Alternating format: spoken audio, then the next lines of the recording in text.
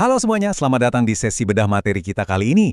Hari ini kita bakal ngebahas sesuatu yang lagi panas banget di dunia perminyakan global. Bayangin, tiba-tiba aja Uni Emirat Arab atau UEA resmi keluar dari OPEC. Keputusan yang super dramatis ini pastinya ngerubah banyak hal. Nah, apa sih efek dari langkah raksasa ini ke pasar dunia? Dan yang paling penting, seberapa ngaruh dampaknya buat perekonomian kita di Indonesia? Yuk kita bedah sama-sama. Ini dia alur bahasan kita hari ini. Kita mulai dari keluarnya UAE dari OPEC, terus kita lihat efeknya ke harga minyak global, lanjut ngebahas ancaman aslinya di Selat Hormuz, dan ditutup dengan dampaknya langsung buat Indonesia. Oke, kita langsung masuk ke bagian pertama. UEA resmi pamit dari OPEC. Jadi gini, tepat tanggal 1 Mei kemarin, Uni Emirat Arab mutusin buat keluar dari kartel minyak raksasa ini.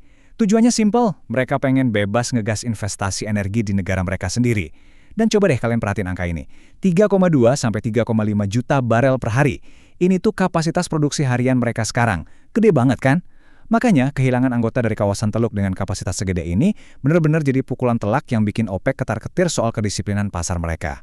Akar masalahnya tuh kelihatan jelas dari ambisi mereka yang terus membesar. Sekarang ini, meskipun mereka cuma produksi di kisaran 3,2 sampai 3,5 juta barel, kapasitas asli mereka tuh udah nyentuh 4 juta loh. Dan coba lihat target ambisius mereka di tahun 2027, 5 juta barel per hari. Intinya, UEA merasa udah terlalu besar dan nggak mau lagi dicekik sama kuota ketatnya OPEC. Mereka butuh kebebasan total buat ngejar target produksi masa depan yang agresif ini. Lanjut ke bagian kedua, harga minyak global. Gimana nih reaksinya? Kalau kita kilas balik sebentar, OPEC itu kan dibentuk tahun 1960, dan UEA baru gabung 7 tahun setelahnya. Nah, dengan kepergian mereka sekarang, pasar minyak dunia ngebaca ini bukan sekedar soal angka pasokan aja, tapi sebagai sebuah sinyal politik yang cukup keras. Ibaratnya, ini nunjukin kalau kekompakan OPEC mulai retak, kepemimpinan Arab Saudi mulai dapat tantangan serius, dan produsen-produsen besar udah mulai terang-terangan milih mentingin negara mereka sendiri dibanding kepentingan geng. Gara-gara manuver ini, pasar minyak global sekarang lagi kayak main tarik tambang yang super alot. Di satu sisi, logikanya, harga minyak bisa aja turun, soalnya UEA kan sekarang bebas ngeguyur pasar pakai minyak ekstra mereka. Belum lagi, Amerika Serikat juga lagi rajin ekspor sampai mecahin rekor di 12,9 juta barel per hari buat nyangga pasokan. Tapi, di sisi lain, potensi harga buat melonjak juga kuat banget. Isu retaknya OPEC tadi, ditambah ngerinya tensi geopolitik kayak konflik yang libatin Iran, bikin pasar jadi super sensitif. Pokoknya, harga bisa tiba-tiba meroket tajam kapan aja. Sekarang kita masuk ke bagian ketiga, ancaman nyata di Selat Hormuz.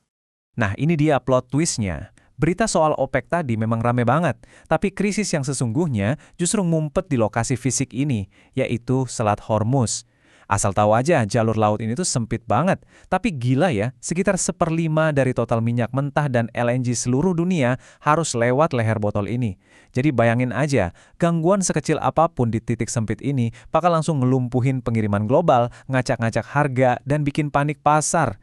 Jauh-jauh lebih parah daripada sekedar drama kuota OPEC. Dan akhirnya, bagian keempat. Apa sih dampak nyatanya buat perekonomian kita di Indonesia? Mungkin kalian mikir, kan peristiwanya ribuan kilometer jauhnya. Emang ngaruh ke kita? Nah, ekonom Universitas Andalas, Pak Syafruddin Karimi, ngasih pencerahan yang pas banget. Beliau bilang, pasar minyak global sekarang itu nggak cuma disetir sama OPEC doang, tapi sama perang, sanksi, rute laut, sampai manuver negara kayak UEA. Artinya, keluarnya UEA itu sendiri sebenarnya nggak langsung bikin kiamat ekonomi di sini. Tapi kekacauan dan ketidakpastian global di sekelilingnya lah yang harus banget kita waspadai. Pak Hadi Ismoyo, seorang praktisi migas, juga nekenin hal yang mirip. Ternyata, urusan impor energi kita itu banyak lewat jalur B2B atau G2G, alias langsung antar bisnis atau antar pemerintah. Jadi, kita agak memotong birokrasi langsung OPEC. Makanya, ancaman yang benar-benar nyata buat Indonesia tuh bukan soal alotnya perundingan di OPEC, melainkan potensi blokade fisik di Selat Hormuz yang udah kita bahas tadi. Coba kita urutkan efek dominonya, biar kelihatan gimana ngaruhnya ke kantong kita. Pertama, misal amit-amit ada blokada di Selat Hormuz. Kedua, harga minyak dunia pasti langsung terbang gara-gara pasokan mampet. Ketiga, bensin mahal. Otomatis biaya logistik dan distribusi angkutan barang di dalam negeri ikut-ikutan naik. Nah, ujung-ujungnya di langkah keempat, harga bahan pokok di pasar melonjak, bikin inflasi pangan yang parah di Indonesia. Gitu ceritanya, konflik nun jauh di sana bisa bikin harga sembako kita tiba-tiba melambung. Tapi tunggu dulu, selalu ada dua sisi koin di ekonomi. Ada kok skenario positif buat Indonesia. Kalau Selat Hormuz aman-aman aja, terus UAE beneran ngebanjiri pasar dunia sama pasokan minyak mereka, harga energi impor kita otomatis bakal turun. Kalau udah gitu, apa keuntungannya? Beban subsidi BBM di APBN pemerintah jadi makin ringan, defisit migas kita mengecil, dan kita nggak butuh terlalu banyak dolar AS buat impor. Wah, ini sih lumayan banget buat ngasih ruang napas yang sangat dibutuhin sama kas negara kita. Terus, apa dong yang harus dilakuin pemerintah buat ngadepin guncangan eksternal ini?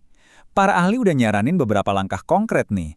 Mulai dari memperkuat cadangan energi strategis kita, nyari sumber impor dari banyak negara biar nggak bergantung di satu tempat, ngebut bangun transportasi publik dan kendaraan listrik, sampai yang paling menantang, ngeberesin penyaluran subsidi energi biar benar-benar tepat sasaran ke masyarakat yang butuh. Dan semua ini ninggalin satu pertanyaan super krusial buat Bank Indonesia. Gimana caranya BI bisa ngejaga nilai tukar rupiah dari hantaman inflasi, tapi di saat yang sama mastiin sektor real atau bisnis masyarakat tetap dapat akses ke pinjaman yang masuk akal? Wah, ini ibarat jalan di atas tali yang bakal nentuin banget masa depan ekonomi kita. Terima kasih ya udah nemenin bedah materi yang padat ini. Semoga semuanya makin jelas dan gampang dipahami. Tetap kritis dan sampai jumpa di pembahasan seru kita selanjutnya.